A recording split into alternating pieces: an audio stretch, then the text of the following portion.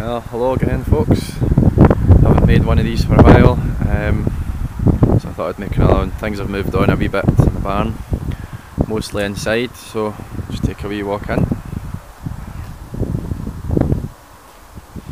I've been ordering some more stuff from local builders merchant, so it's like quarry dust, which I've been using to grade the floor with in here. Can't remember what was on the previous video, but I think if I remember rightly this floor was all rubble. It's all since been excavated, about a foot down. This is the original floor height here, and we're down to this, the soil at the bottom. It's about a foot lower. It's all sand, quite well compacted. I've excavated quite a bit to get a level for the floor, and I've dug some trenches which are supposed to be 6 inches deeper around these edges than the floor area in the middle. I don't know if you can see, it's a bit dark. There's the trench area there with the foundation stones, and then the wall. I've got this steel mesh here which is I've cut to fit the shape of the stone and the trench. I've just hung it up there out the road now, but that'll sit in the trench all the way around each side, and then the steel plates mesh I've hung up on the wall out the road as well. They'll be laying down on top of the DPC, which will go on top of this surface, which is basically the quarry dust graded with this contraption I made up here. Just a straight edge to get it all level. So that's the bottom half, which there's no plumbing in or anything. So we're almost at the stage of laying the plastic DPC, which is in this roll here on the table. That's it there. It's basically this stuff here. Right there. 4 metres by 25. 250, I think that's MUs or something, not too sure. 250 MU it says. DPC, so I need another roll of that stuff. But today we had a visit from the local authority building standards officer, who came out to inspect some drainage. And here you can see a leak test kit that I have borrowed from a friend of mine who's going to help us out with some of these things. And basically consists of a gauge, a yellow thing with the tubes coming out of it, down to here, a T-piece where there's a wee hand pump, and connected to one of the bungs in one of the pipes, and then all the other ends need to have like a sealed bung. This is just a rubber ring, which when you operate the over centre lock squeezes out and expands against the edge of the plastic. I can just do it with one hand, like that. And that's basically an airlock. So what we're testing is that the whole system is airtight. So along there you can see this is to be a vent stack, which will go up to the roof space up above us. We're going to have a wash machine in this area here, which will drain into that and go down to the ground, and it will head out the wall. This track here comes along to this upstand, which will be for the downstairs toilet. So, and obviously outside there is the other end of that pipe outside, which is a similar bung on it. So it's all airtight, and air is pumped in here, and at the gauge, don't know if we'll be able to see it, but basically you pump it up to 100. You can see that. You can almost just see the level of water there at 100, and it has to stay between 100 and 75 for 5 minutes.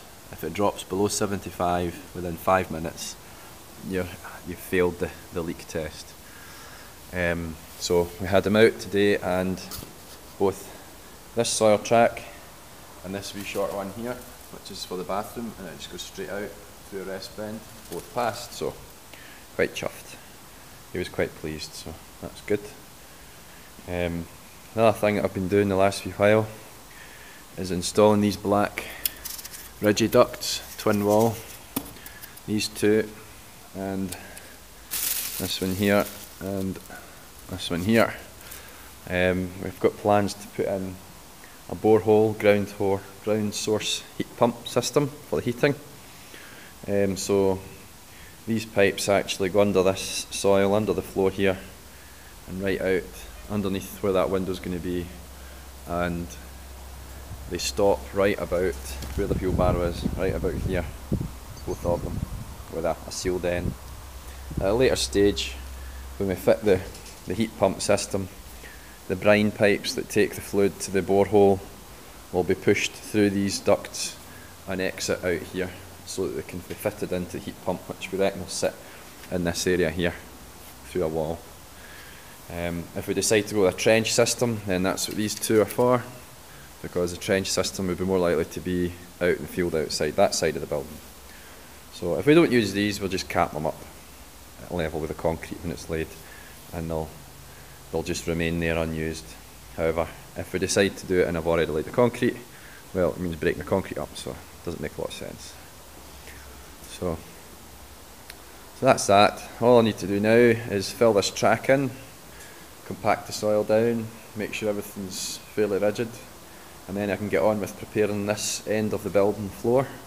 I've got some shallow trenches to dig around the edge here, and some steel to cut up. I need to work on this area a wee bit, dig a trench round about here, and then these steel plates, steel mesh that we're walking on now, I need to cut them to shape round about all these pipes, and then get them taken out the road so I can lay this quarry dust in. Quarry dust is just quite good, it compacts quite well,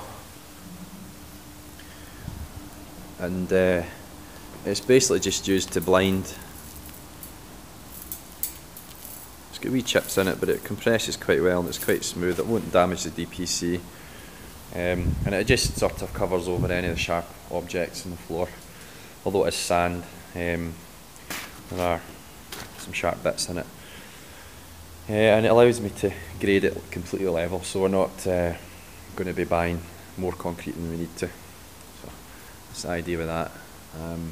There's nothing to stop me getting on with that now. I've been waiting to get this leak test done, which the guy was fairly happy with and didn't really see any problems, so delighted. So that's about it really. We've bought a septic tank which is in one of the sheds, but I'll not take you around there because it'll take ages. It's very windy today. You see, it's now spring, although it's still quite cold, wet, horrible.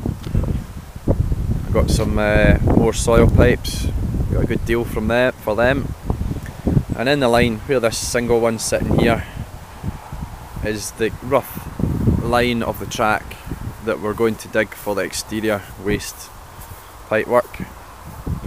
And right about here where we're standing at the moment will be a manhole, and there's one of the pipes as it comes through underneath the wall of the barn. That's 1.60 metre down, quite deep, just because this ground outside is so much higher than inside. It's just the way it's going to have to be. So this will have to be a brick manhole, and the pipe work will connect there and head down there towards lower ground where we'll put the septic tank. This is the other. There's you can see the yellow bung in the other end of the pipe there. Take that out. So we're on to get this done, and that'll be this bit of it done. Okay, till next time, bye bye.